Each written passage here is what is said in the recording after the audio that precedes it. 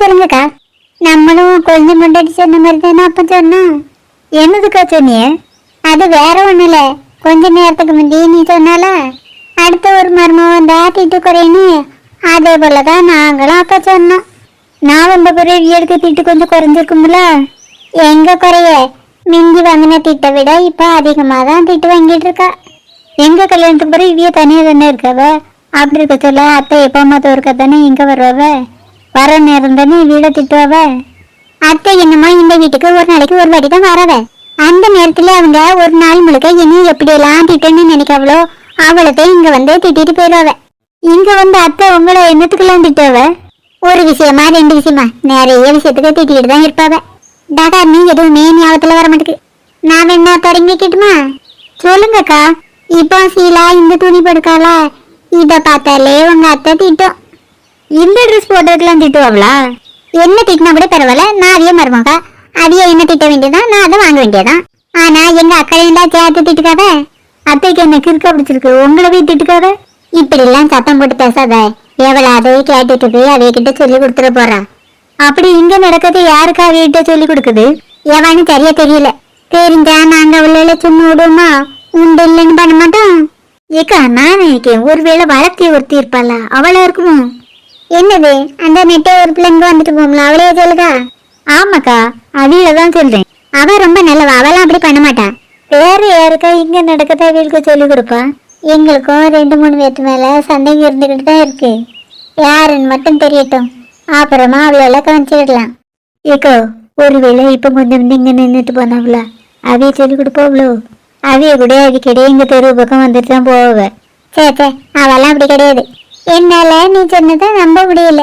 உங்க அம்மா உங்க அத்தையோட டியர் ஃப்ரெண்டு. அப்படி இருக்க சொல்ல ஒன்னு எப்படி திட்டுவாவ? நீங்க நம்பினாலும் நம்பட்டாலும் இதுதாங்க உண்மை. அத்தை எப்போ பார்த்தாலும் என்னைய திட்டிகிட்டே தான் இருப்பாவ. உங்க கல்யாணத்துக்கு முந்தைய அத்தை ஒன்னு எப்படி திட்டுவாங்களா? இங்கெல்லாம் திட்டவே மாட்டவக்கா. இப்பதான் மாமியாருங்க கிரீடம் தலையில ஏறிட்டுல, அதுல இருந்தே தான் என்னைய திட்டிக்கிட்டு இருக்காவ. உங்க அத்தை உன்னைய திட்டுனவனா உங்க அம்மாட்ட சொல்ல வேண்டியதானே? அவையிட்டையும் சொல்லி பார்த்தாச்சுக்கா, சொன்னாலுமே இந்த அத்தை திட்டுறத நிப்பாட்டே மாட்டுக்குது.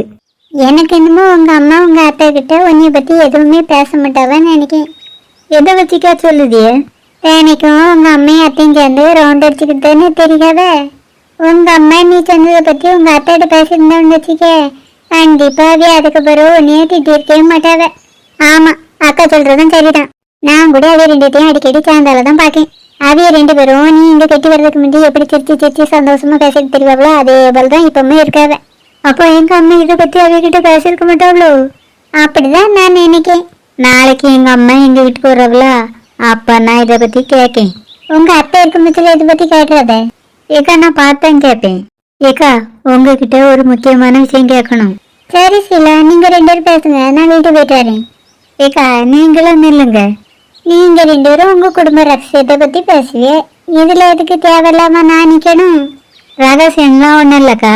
இங்கேயும் ஏதாவது வாடகை வீடு இருக்காக்கா? வாடகை வீடா? யாருக்கு?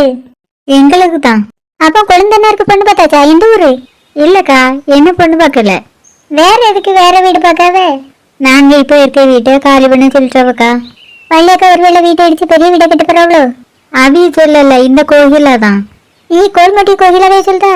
அவ இதுக்கு உங்களை வீட்டை காலி பண்ண சொல்லணும்? சீலா உனக்கு விஷயமே தெரியாதா? எனக்கு ஐன விஷயம். வள்ளியக்கா வீட்டை இப்ப அவதான் வாங்கியிருக்கா. அந்த வீட்டை எதுக்கு அவகிட்ட வித்தவ? அவ எங்க வித்தவ?